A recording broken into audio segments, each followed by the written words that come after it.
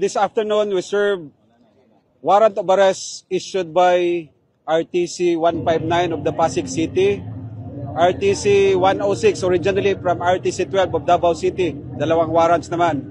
And yung contempt warrant from the Senate, no? Pinasok namin yung Kingdom, no?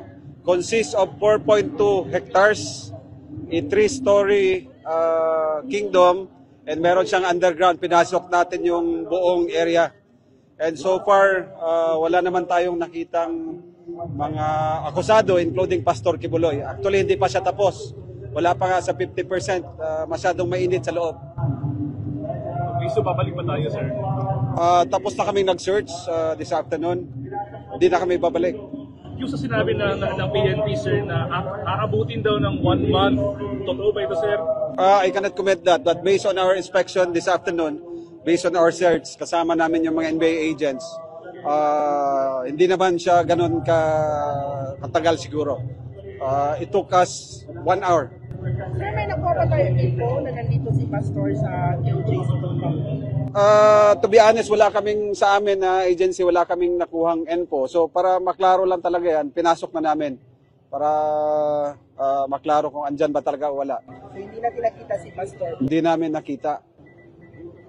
Sir, saan sa mga areas sa QJC po Ang Kingdom lang ang pinasok namin, pati yung may mga banks doon, no? May mga residents na marami din, mga quarters, pinasok namin. So far, wala kaming nakita. Naging mahirap ang pag-search natin, sir, ngayon? Hindi naman kasi the KOJC personnel as well as dito yung mga lawyers nila, pinapasok naman tayo. How about tong sa Tamayong, sa Glory Mountain, and sa Prayer Mountain? Wala pa. Before na search na rin namin, so far wala din kaming nakita. But I do not know this time. So this afternoon, ito lang yung focus namin dito sa KOJC. Sir, after this, sir, may motion ba tayo to request the alias warrant? Actually, meron ng motion for alias warrant. Hindi lang namin alam kung anong resulta. Lastly, I would like to emphasize that we serve the warrant of arrest in a very peaceful and orderly manner. RD, may we have a confirmation po if may nakita po tayong tunnel sa hangar as claimed by the Philippine National Police, specifically ni Torres? Hindi kami napunta sa hangar, no? Dito lang kami sa loob ng Kingdom. And meron dong underground. So far, hindi pa naman tapos. Pinasok din natin. And lastly, no?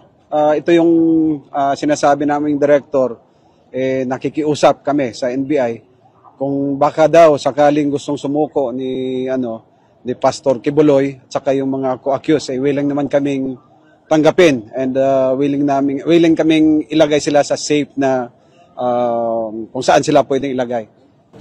Ano po itsura ng tunnel? Or underground? Hindi siya tunnel, basement siya, underground. Ano itsura po?